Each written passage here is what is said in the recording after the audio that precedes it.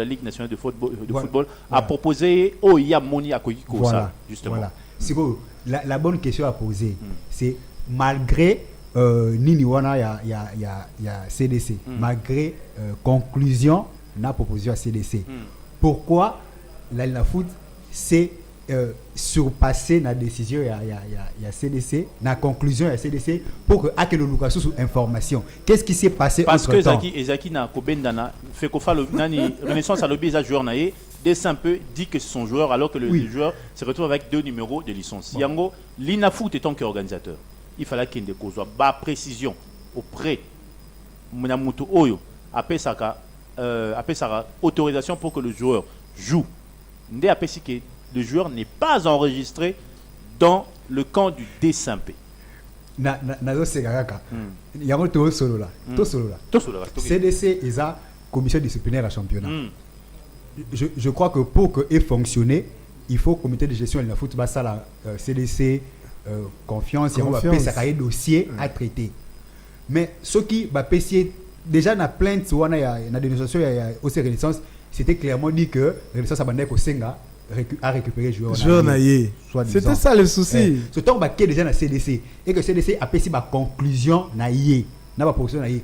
Pourquoi? La seule question à se poser, la meilleure question d'ailleurs, pourquoi la Linafoot, le comité de gestion de la Linafoot, s'est surpassé des conclusions il y a CDC alors que CDC a tranché qu'il y a déjà problème au Renaissance à 5 joueurs naïe. Pourquoi s'est surpassé de ce dossier pour aller à un autre dossier? Aller à la FECOFA pour demander des conclusions et demander des renseignements. Et puis, il y a le Bassous. Tant que vous avez des renseignements, il y a beaucoup de Renaissance. Il y a plainte à l'objet de 2 saisons. À l'objet, à ce qui joue la saison. Il y a plainte il y a FECOFA, FECOFA, bongo li yango babeza 2 saisons. Corruption pe bakora pe mutu na FECOFA a brouiller ba piste. Question nanga eye côté ni. Mutu nanga eye dans le sens où lorsque cette décision est bimi 2 saisons ou 1 saison, peu importe. Mais au moment où on a en torse na lobi boy. 1 saison ou 2 saisons, peu importe. Peu importe tes en torse. Attendez. Mutu afundi ngai pona 2 saisons. Pona saison moko. Nde mofundi Renaissance afundi pona saison moko. Yo ozo rendre ozo pe sa décision pona 2 saisons. Et ça entorse. Voilà pe kaka biso rande to pesa mbongo. Ata tozana ba mbongo. Na émission parce que ça biso ak manaza na eloko te. Yo anti la corruption. Ezani ogoto okono izale izale. Il y a 300 il y a moi 5 c'est bimi. Ndenge na ye awa edo donc o corrompre ngai. Pona ya. O corrompre sunde. Sikoyo. Corruption et ça. Bon, tout continue. Tata. Vous avez également évoqué que le bordereau au Mira, Azola qui ont comme autorisation de jouer. On a toutes nos questions. C'était le bordereau de la Linafoot ou de la FECOFA? C'est selon l'administration de Dering. Merci beaucoup. Oui. Mira est enregistré. Bandana la FIFA Connect. Quand il fait Connect, on va la FECOFA. Tina bordereau à Linafoot. Pour répondre en gâté. Le bordereau qu'on vous a remis. Le bordereau. C'était le bordereau de la FECOFA ou de la Linafoot? Quand on parle de bordereau où tu as la Linafoot? Bordereau et ça, Maramba Linafoot. Justement. Parce que bordereau, la Linafoot a payé ça. Après l'avoir bossé, ma caméra va transfert, ma caméra c'est Sili. Et ça a payé Sibino. Donc, tout on a dans le sens il y a compréhension. Voilà l'explication. Tous les auditeurs. Non, non, bien. Toto on a na sens il y a compréhension pour nos auditeurs nous surtout. Ils ont le rôle à moi reçu, pour vers la FECOFA pour l'autorisation que le joueur doit jouer. Et à la fin des comptes, s'il a reçu les joueurs, président Serge, aux hommes milou la bonne nini na TV. Nazo milou la tête, nazo talayo kaka. Nazo talayo edo. Poser question. Que pour appeler ça autorisation de jouer. Et après que le joueur soit enregistré dans FIFA Connect, le joueur reçoit également un document ou tout simple, un bordereau qui lui permet de jouer. Mais c'est que l'administration du D5P démontre comme preuve d'un bordereau, les bordereaux au Linafoot a payé ça qui est pour acquérir vers la FECOFA à sa dossier, il y a miracle que que le DSMP n'a pas fait. Ah, donc, ce qui n'a compris de l'accusation, c'est que la foot a autorisé qui Mirabeta, mais. Te, Koloba Bongo Tenabi, Bordeaux Azouaki, Ezaki, pour la poursuite du dossier vers la FECOFA. Bon, tu as vu comment ça se passe. Tu as vu comment ça se passe. Ceux qui, ok, qu'on enregistre joueurs. Tu bandagana, na entité, sorry, à la joueur, parce que vous avez une entité. Il a foutu une entité na bino. Voilà, non, Mira, ceux qui vous na limité. Limité à bêta na foutité, c'est qu'il faut que bandana limité pour nous foutre à bambongo pour nous limiter et puis vous na foutité. Mira uti wapi. Club na ya suka beta keza wapi. Je crois blessing. Je crois qu'il faut un blessing. Mira n'était pas dans FIBO. Ah, année 2021-2022. Na FC Renaissance. Azaki, la FC Renaissance. Ok. Voilà. Allez, donc, continuez. Voilà. Bon, mais on est exactement interligue. Donc, ils ont la foot, la foot. Mais seulement, ceux qui, Bordeaux, je crois, $10. Dans la foot, ils sont mis, bah, combo et joueurs sont enregistrés. Ils ont combo joueur mon côté. Ils ont combo bagnoso. Boché ba combo. Soit ça y est, moko boché combo. Calme-toi. Explique tout doucement. Ça va, d'accord. Ceux qui vont enregistrer bah tout. Même Bordeaux, ils ont Bordeaux comme soutien. Car Bordeaux, oh bino la foot on peut c'est bino. Boké nango et papa Massamba la fédération. Car les collabs Bordeaux on est au bêta sonaï. Donc il faut faire ça le document soutien. Il faut connecter oh bah on peut c'est bino ils ont juste tant que bon enregistrer bah joueur na bino nyos on a fait connect. Bah ko imprimer car la liste bah joueur au bon enregistrer. Ndé ba opesa bino pe liste wana je crois ils n'aura pas moment katina mais papa Massamba ya ko beta sona ye likolo ya Bordeaux ya lina foot donc Bordeaux lina foot tant bo représentant na match tant ba zo na combo ya joueurs ont resté ba moni so ya papa Massamba ya FECOFA on conclut que Mir a joué avec quel Bordeaux mais Bordeaux ya lina foot wana pour Bordeaux ça ya lina foot attends Dego de Teta qui donne l'autorisation à un joueur de jouer mais c'est la foot. Mais l'organe c'était. Yes.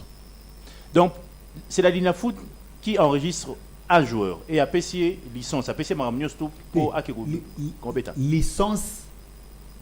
Joueur. Bon, voilà, heureusement au Zala Kimia, Zala Pio. Na ligne teke Ota Tabana.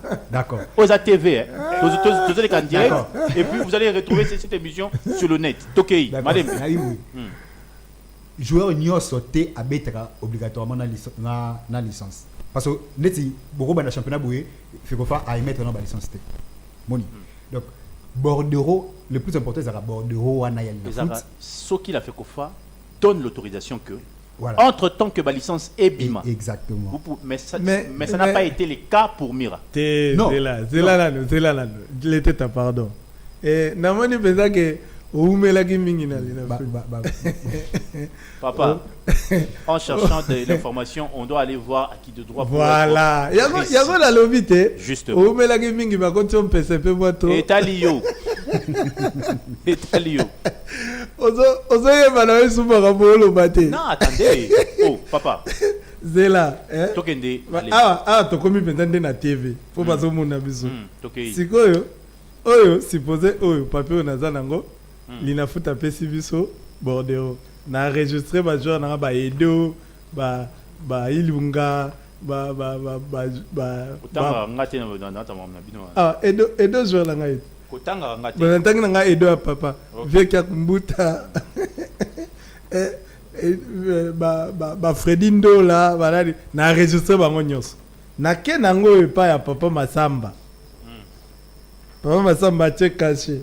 Ta ta cha caché nazongi na wana robeta na ngoi te siko yoko tuna ngai susu eza ya lina futu to ya FECOFA je précise caché wana zela tende ko edo yango ba imanye ba barayo tikela kamso loba caché wana e magal neto katanga okay caché wana oyo papa Massamba abeti on a compte à l'INA foot, tout on a compte à fédération.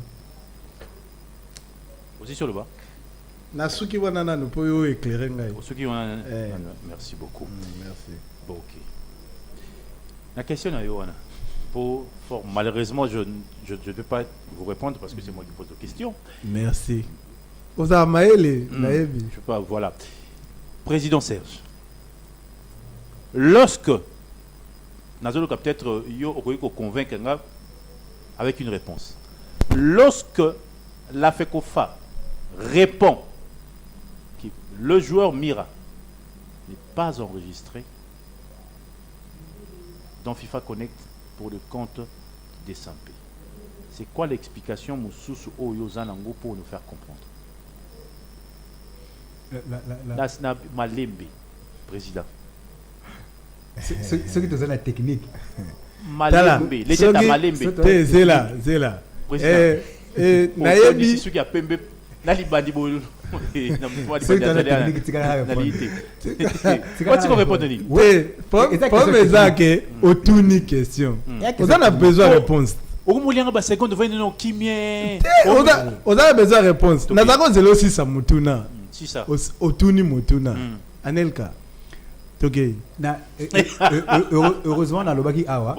Heureusement awa na ebisaki batu que ba joueur net ba Kangalombo, ba joueur net ba Ibunga, bazo beta na vita alors que baza enregistré na FIFA Connect. Ba qui s'appelle Mukoko Mali. Le bouc émissaire. Non. Mais c'est même fédération te Edo. Tous à la Edo. Pourquoi dit n'a bouc émissaire point. Pour la ligne bouc émissaire. Tous à l'honnête. Na Kangalombo est enregistré. Bah on non. Si qu'on point il faut Bazar enregistré la FIFA Connect. On compte vite à point. Le vita. Mukoko Mali. FIFA Connect. C'est moi qui pose des questions. Voilà. L'état. To bimisa. To ma continue ko tanga ba joueur bazar enregistré la FIFA Connect pour que batu mokile yeba. Bon, OK. Je vous facilite. Citez tous les joueurs qui ne sont pas enregistrés dans FIFA Connect. Na zotanga ba kombo ba kino ba ko reconnaître bilongi. Ibunga Simbi, Saoulé, Issa Mampeko, Mukoko Amale, oya abeti deuxième match na ega siko avant Azwa Rouge. Ba Ikangalombo, et ça ba joueur oba bandi ko beta après phase retour pour à part Mukoko Amale oba bandi kana playoff. Ba toana nyoso ba beta alors que fenêtre ya FIFA Connect c'est Kala. Donc ce que bozo sambi sa imana po Miraza na FIFA Connect mais bozo tika Mukoko Amale abeta playoff na FIFA Connect c'est que tozo na ebi na biso te logo to sala ebinité nente na ebi logo to sala te comment tango bozo loba tango nani Ikangalombo un très bon joueur que je salue à passant et azo beta abeti presque phase retour Mobimba na avec club et puis azo beta playoff. On a fenêtre à FIFA Connect, ils avaient polélé uniquement pour naïe.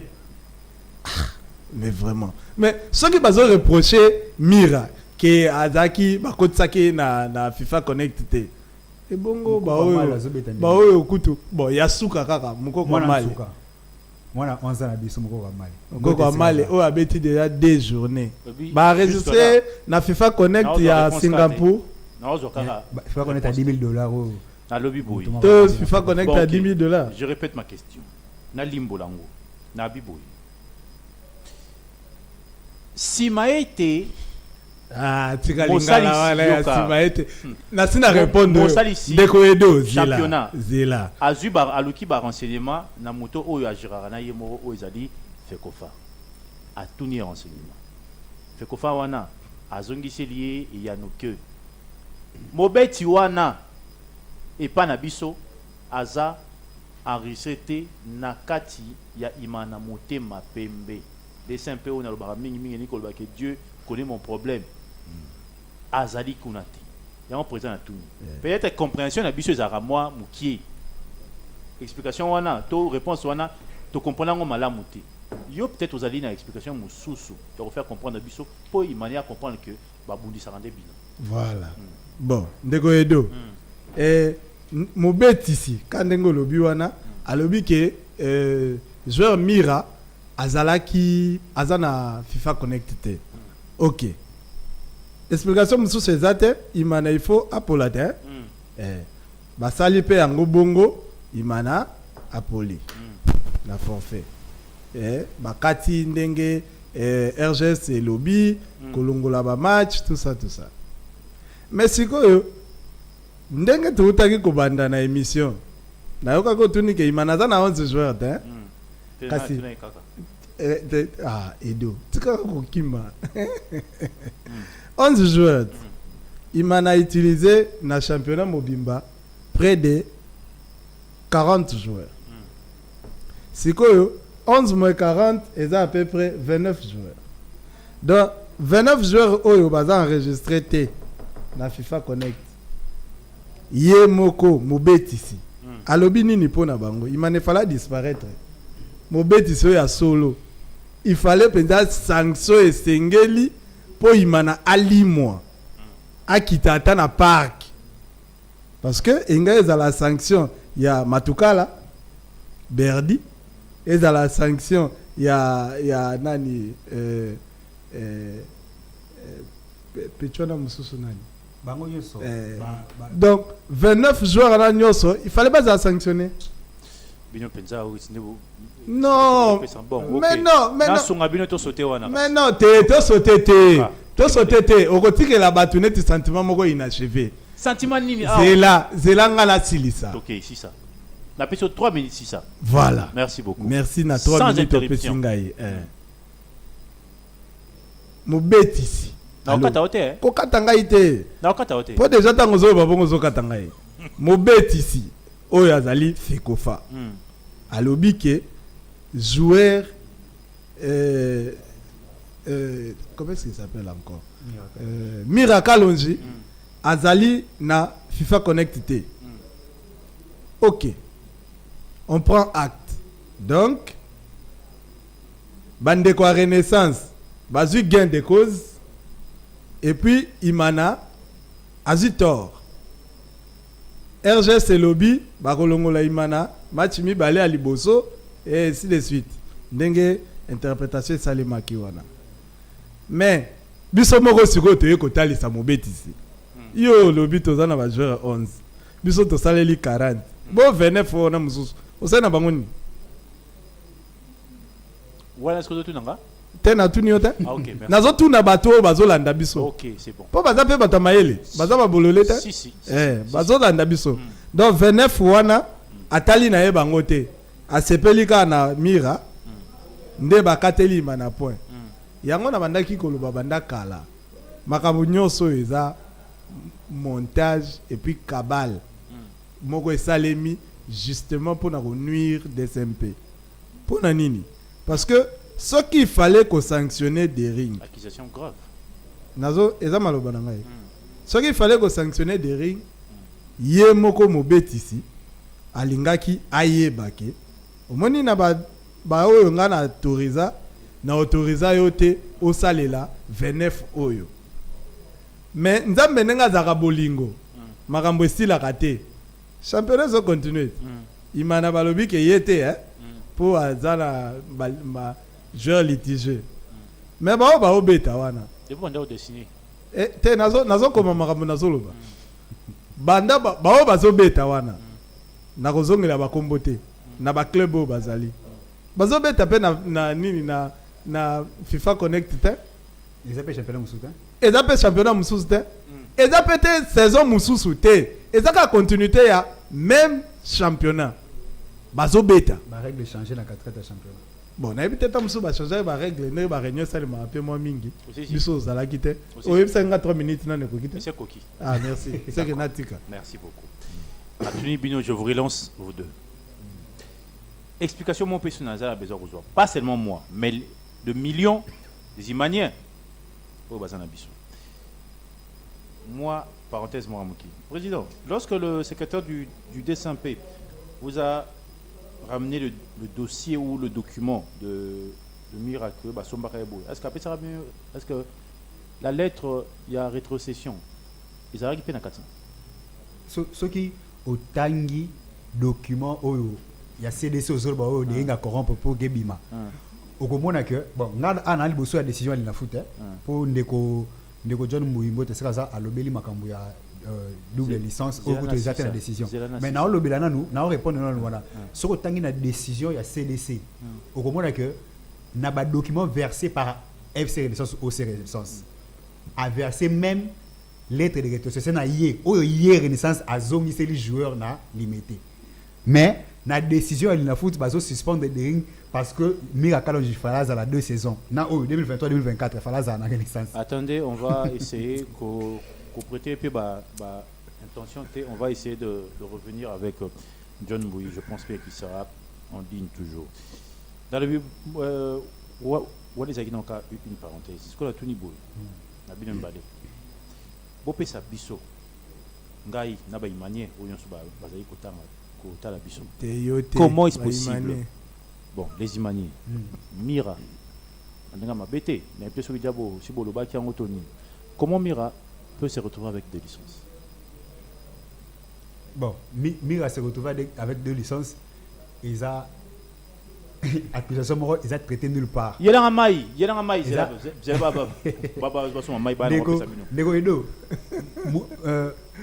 seul au Renaissance n'est une accusation, une plainte, il y a 2 licences à Mira Kalonji. Est-ce que c'est le Kouta? Est-ce que c'est la formelle? Tout ça la formelle. Vrai ou faux? Quand on a une question PHT, oui. Est-ce que mon avis que Mira a des licences? Yo mon avis ba licence. Mon avis 2 licences n'a été. Yo mon yango. Tout Jésus. Mais yo moni ba so moni ba licence sango. Même si biso de boso ya décision ya l'Inafoot sanctionnant le dérive. Même la décision oyo balobeli ka ba 2 licences. Décision ya l'Inafoot yango moko. Ezo lobela 2 licences. Yango la zolo baboui. Je ne pose pas encore la question sur la décision de l'Inafoot. Bandeko oyo bazoyo ka biso na o ba kotala biso, il faut baïba vérité. L'histoire a des licences et betami kaka na plainte ya OC Renaissance. Question à tout Nindeko. Comment est-ce possible un joueur peut se retrouver avec des licences? Nana formel 2 licences en mozapi. Bon l'accent on a à juger. Pourquoi na zolo c'est faux? Parce que ce qui toke na bon terme mabe oui bi. Et pas au seka. Chers auditeurs, vous allez retrouver cette émission en streaming vidéo en tout cas, à partir plus ou moins 14h, 15h sur notre page RTV S1 officielle, à partir de 14h ou carrément sur mon compte Facebook. Tout ça la page Facebook pour Sport Mania. Vous retrouvez la sourire jaune au garçon balé. Bako bimisa senti que c'est qu'il y a Sony. Oh sourire est jaune. Ndeko. Nga je t'en question. Et tant que yo aux dirigeants. Mais on dit que Malaliboso Edo un joueur se retrouve avec des licences. Malaliboso Edo ayambangai nazo kamwa azotuna nekaka barakonta ko azoka na nzela. Jamais. D'ailleurs, l'émission précédente, tout ça là, pardon. Tout ça là ndenge biso to sala ka l'autre fois. Que vous savez ni. Tu es na mukanda to tindeli. Tindela biso de licence. Kasiko. Ba téléphone ngeza awa. Benga tandego na oji John Mbui atindela yo. John ayo saninya. Tindela awa mais communicateur. L'état ozo luka na mono komo luka o tindela biso. L'état ozo luka. On a précisé. Na zo lo babu. Tango so beta lisolo 2 licences. Lisolo peut 2 conventions de transfert à Mira Kalonji tamboli na internet. Conversion de transfert moko et outina ba laboratoire batomité mabe signé le 6 octobre 2022 na combat Mira Kalonji entre DSMP na limité. Mais ce qui OK na CDC na procès verbal à CDC au moins que conversion de transfert oyo de ring à salaki na SC limité et seulement le 25 septembre. Donc ezana bato bazo bimisa babiloko ya mabe ba mankiona pour que ba décrédibiliser des rings. Na sepel makasi lokola okenda ki CDC tant comme la CDC ba yebiso que document on a tindela que c'est authentique ngai senga bien makasi parce que clairement il y a eu un membre de CDC. Si l'information est vraie. Le document est authentique. Merci. Le document est authentique. Merci. Et là on a sepeli pe siko ezake okei omonike to betio eloko yo ki oloko ti ba fulu na okuna ozo ya ko bamba biso aussi sur le bas aussi sur le bas te na koma jusque là na ba auditeur au bazali ko kabiso toutes mes réponses et toutes mes questions posées Vous avez retourné Ngaye, Il y aura question là. vous n'allez jamais me perturber. Mais c'est Edo, on posait question encore au lobby, ndenge ni mira kalonji azana 2 licences. Mais jusque là, tout le monde 2 licences ni na Linafoot, ni na CDC, ni na Fekofa, mutu moko ta bimisi 2 licences amira. Mutu moko te pa beti lisolo 2 licences amira na ba conclusion na ye. Na ba conclusion ya Linafoot. Mutu moko beti lisolo nango John Boy. Tamsu yenda azana. Il y a attaque analyste. Ah, attaque analyste. Yoga point 3. Point 3, il y a décision de la foot Babi après l'expiration de ce transfert. Donc, Miracle en général Renaissance, le joueur gagnera son équipe d'origine limitée moyennant une lettre de rétrocession annexée à sa licence FIFA Connect. Mais lettre de rétrocession, c'est Ngawana. Et ils ont déjà versé dans le dossier. Renaissance, ça a zongi ça, lettre de rétrocession. Confère le PV, il y a CDC. Donc, si on a un PV, au moins, déjà Renaissance a zongi ça. So, n'est-ce pas une Renaissance? A émis à son barrage pour une saison et puis à sa zone ici dans limité. Mais dans l'Inafoot, dans le fait que Renaissance a joué 2 saisons. Oh, n'a pas dans son match joué, n'a pas dans son match joué une saison. Mais l'Inafoot n'a fait que au sommet 2 saisons. Joué les sous. Et puis parce qu'il a mis son péton d'ima. Aussi si. Moi te la bande de sur l'Inafoot n'a fait. En tout cas, moi te na président Sambi. Président Sambi, mes respects. To se pela la homme. Yo vraiment l'équipe Si. Voilà. Boko cholato boko komisa. To pesa bote. To se pela ka ndenge ya ki ko normaliser ndembo ya Congo. Et ça va bien. Makasi na lire to beta mondial.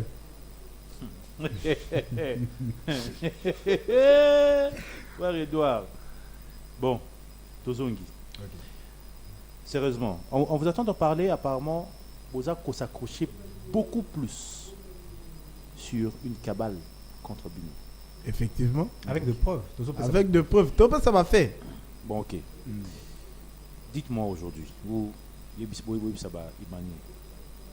Linafoot va comploter contre DSMP pour quelle raison? Fekofa va compléter contre DSMP pour quelle raison? Et l'autre fois, vous avez même effleuré le conseil d'administration, être complice, parce que soi-disant, par exemple, Paul Kassembe a Mbongo, quitter. Commençons par la Linafoot. Alors, compléter contre DSMP, pourquoi? Pour quelle raison? Ok. Bon. Il va sourire jaune. Opposé question de répondre. Il va sourire jaune. Te, oebi batu oyo bazara ngai ba ebi ke ngana linga ko seka. Na seka moi mingi. Surtout sur aussi c'est émission to benda na point wa. Bon mesano. Bon mesano. Après tout l'homme tazoki na bureau na ye. Kaka bongo po biso to salaka. Biso to. Ouais bien na ebi ke ola taka ditoko. Te toza batamisala. Carpe ya bien. Toza batamisala. Toke kaka to continue. Bon. Ndeko Edo. Sérieusement. Tu vois c'est ça ngako ndeko Edo. Sabe Massini. Te. Oh. Tu as la vision à la production. Ana Libadi Moro très excellent. En tout cas, mbotenae. En fait, tango biso au tuni ba instance wana ba ko comploter pour na contre Dering pour na intérêt nini. Nako ramener yo peut-être na niveau ya C kaka. Supposons que saison linge banda. Naebi que bon Olanda Bali peut bien. Na zoneti 3e division moko boye. Na no yoka te que équipe ebeta na bureau. Oka ngote. Équipe moko boye que abeta na bureau. Te pardon. Na lobi bongo te. Bosiko. Na bi bongo te. Makamozelo ba président zo soit Edo na néo. Moi te Edo na comprendre te le. Talio. Azoba ba pelle ba soit ni sai. Na ba wanani. Edo na boyi ke bakata yo soki pension alimentaire. Et pas nani. Et pas nani. Pas mo konzilo sabe. RTVS, RTPC mbote. Mo konzi sabe. Kokata pension alimentaire na été. En fait, nazaki koloba boye. biso tango toza na tozokola na mbinza équipe na biso ezaka Elitra wana ezaka na bajoueur ebele baleka baebengo banani tant tozolanda championnat wana na salio emisa na ngai El Phénomène Ronaldo Binene tant tozolanda championnat wana bokoya boye bayebisa bino ke équipe oyo les bleus bango babetaka na bureau parce que bazalaki na mutu na bango na fédération so ata boganye bango na terrain pamba bango bakozwa point eloko wana eza réalité ya bale na biso bakozwa na mécanisme ni papa tikanga na 6 wana eza réalité ya bale na biso oza ko accuser te na accuser mutu te tikanga na 6 edo pardon na 6 esalemi bongo équipe ala po komona abimi champion tout ça ndenge ezalaka kaka et tout ça sikoyo finalité ezalaki nini mpona oyo basalaka na niveau wana lelo nakoloba nini soki biso tozo estime ke balongoli biso injustement na playoff pour que équipe oyo mérité te ebeta simplement parce que baza na bon moyen plus que peut-être des rings et que na équipe wana ils peuvent avoir 10 000 20 000 dollars facilement yango wana voilà donc yango wana aleki na mbongo oui kasi yango na makambo za koloba ya corrompre nga na corrompre yote yango wana je n'ai pas dit au papa tout doucement tu vas jamais me perturber continue donc yango wana des rings liboso na nous ezaki ke poule B eza poule ya pete pour la makasi eza ya Lubumbashi parce que des rings na terrain n'a perdu que face à Maniema Union ici à Kinshasa seulement Maniema abete mabe 2-1 abeta biso 2-1 wana yo ndo ngo perturber ngai oh bozo kumisa zo beta pe fra de abeti aller retour sikoyo esali ke biso ba écarter biso ne ba écarter biso wana na ndenge esalemi wana après playoff ebandi bapula ngo ya makasi oyo abe kuna tozomona mpe eloko te ezobetamaka awa na oyo kutu tobeta ye aller retour azosala baresultat azotenir bamosusu bana échec awa baoyo tobeta mpo bango mobale wana tobeta bango te baosala fierté apole na biso donc c'est pour dire que sur le terrain dering azalaki na ye méritant mais comme baoyo obengaki bango na kombo ya bien mobetisi comme mobetisi alingaki dering abeta te sikoyo tosala nini vraiment batie biso pembeni bon mobetisi a décidé abetisa mwana na ye abendi mwana na ye bon ngai mpenza conseil na kopesa mobetisi eza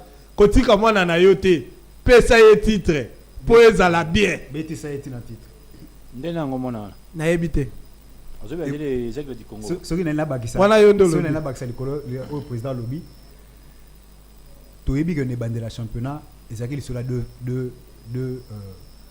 deux formats ya championnat ya Linafoot ministère ya sport aproposaka format moko et puis fédération mpe azalaki na format na ye mosusu ebendaki badeba ebele baencre esilaki et soki toyebi bien toyebi ke na baclub eza na baclub moko mosusu bazalaki mpo format ya Linafoot eza ya fekofa eza na baclub mosusu bazalaki mpo na format ya ministère soki toyebi totanga bakombo puisque tobeta lisolo ya de ring puisque toza baimanière de ring azalaki un peu plus pro format ya ministère ya sport et situation wana komona ke de ring aza pro format ya ministère ya sport et sepeli ça bato ebele te na fédération mpe na Linafoot pourquoi parce que na format oyo ya ministère ya sport ebele na Linafoot mpe na nini balingi bakoma bachômeur donc tofungoli brèche nayebi ke yo oza investigateur les deux formats otala les deux formats fungola rara est-ce que monsieur comme na suka te luka lisusu seka susu bien deux zake nde luka azui mbaye koloba te alors que tu comprends que peut-être les deux formats bon donc j'espère que tant que nous luka les deux formats au moins que na format ya ministère ebele balingi bazala na misala te donc linu wana ya komona ke ezana ba club so et soutenir qui format au bango ba chômeur Donc faut ba foot ça ba masumu ton ba continuer na attribution d'abord. Si. Mathieu Véricil. D'accord. Pour finir, parce que tu sais qu'on a 4 minutes, le président Serge. Aujourd'hui, après tout ça, sérieusement, après tout ça, après péripéties, Union surtout les qui, sans playoff, retirer la licence CAF et tout ce qui va avec, même si des SMP arrivaient à jouer, le playoff pour la rare bureau, de trucs et tout ce que voilà, c'est connu de tous. Mais aujourd'hui, la réalité du SMP actuel et pour la saison prochaine, avec Paul Kassembeli, sans Paul, ou carrément il faut trouver de solutions palliatives le plus vite possible. Merci pour cette question. Je vais vous répondre sérieusement. Avec Paul Kassembeli, oui, parce que c'est le président élu. À vie? Non. Il lui reste une année de son mandat. Ah oui. Il lui reste une année de son mandat et il doit le finir. Même si aussi mbatté face à Kawana. Yo, au tout n'y question. Vous avez sous question, mais le 4 minutes. Bon, Zoa 3 bon. Tu regardes des ça garçon là, il y a une remarcation là, OK. Mais c'est 1 minute. Ça va. Tu gagnes le bas. Pour Nanini, il faut Paul assiste sa mandat.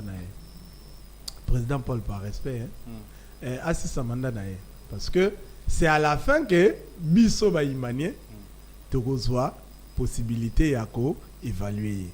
Tu vois, ce qui mandat qui fructueux ou pas. Mais déjà, avoir le péripétie, ça risque de n'être pas fructueux. À moins que à sa mandat, na jour oyo. Non. Voilà, ko samande za ko démissionner te ngai na lobi kaka ngapi na che oya ngai yo oche amande ngapi na che démissionner. Mais sikoyo tango ozoloba situation à Dering. La situation actuelle à Dering. Et ça que le Dering est là parce que biso toza. Dering est là. Na ngina ebisa batu nyonso à travers le monde. Que Dering est koufaté parce que 2 personnes, il fallait pas normaliser, bazo anormaliser, et ça en français. Bazo, 2 personnes banani, 2 personnes banani, il fallait pas normaliser. Le bambang ou 2 personnes de banane. Mbote na bango ça. Mbote na bango isuka bazali. Bato il fallait pas normaliser ndembo. Bazo normaliser en côté nde Dering est koufa, même pas. Attends ndoto te. Très bien. Na sisité. Dering ezali biso ba supporter toza to telemela équipe na biso ti suka mais et là on rate zoloba bokata makambo bien parce que biso to lingi lumière et puis la justice vrai ce qui bosali ndenge bozo sala wana to zui gain de cause te to kende na évocation na tas kuna soki bon kuna eza ya suka so to poli kuna to zongi na biso mukila kati ya makolo to ye ko bandela année prochaine tami ko bandela président l'état vide bon bande wazomuna bon 1 minute vous avez 1 minute na zana université ngai na sepeli pour journaliste de loi ayaki en opposition. Quelle accusation grave. Quelle accusation. En tout cas, en opposition à ni. Bandeko Bamoni, Bandeko Basepeli. Oliara Université. Bandeko Bamoni, Bandeko Basepeli. Ah, tu qu'on soit ma salité na lina futa. Bandeko Basepeli. Ngai na osu sala bambote. Bambote na bato nyonso babungisi bambonga bavareuse na fédération. Bambote na bandeko nyonso bazui ba $10,000 pour balekisa ba club mususu na place ya Dering. Bambote na bino côté comme ça. Vraiment. Bambote na bandeko nyonso ba retirer que licence CAF alors que bandai déjà kopesa 5 invitations au lieu de 4 ndenge to kendara déjà donc bambote na bino nyonso bambote na bandeko sa RTV. Na yo betaka caché. Na yo nini mbote na yo. Na yo pesa ba bordereau bambote na bino nyonso. Na yo mtaba bordereau mbote. Merci beaucoup. Ngapi na pesi mbote. En tout cas, merci à tonton David d'avoir assuré le mixage en tout cas en version vidéo de cette émission Sportmania. Merci également à mon collègue, monsieur le directeur Sabin Motali Bandi. En tout cas, je te Je te salue. Et de vous recevoir la canal ba machine. En tout cas, ça a été un plaisir de vous la présenter. Bino Morobo, Yokike, moi 3 questions nanga au Congo la kinango. Ba ningi ba balanga burika ba kenanga bo bazok singa parce que ba réponse exacte exacte. Bon mitung ça t'est 5 ngi do micro la bino. Merci. Donc ce qui veut dire que ba tatabani mais dis-moi, je sens qu'ils ont de l'amour du Daring Club Motema Pembe, mais tokende nango te dans le cadre où que Toboma Nyon surtout parce que tous a gain de cause. Des Saint-Pérez, c'est une grande équipe de la RDC, mais l'intérêt général prime toujours. Et entre-temps, c'est un plaisir. Je vais vous retrouver demain, mercredi. On va vous retrouver demain, mercredi, même heure, même fréquence. Allez, bonne suite de programme.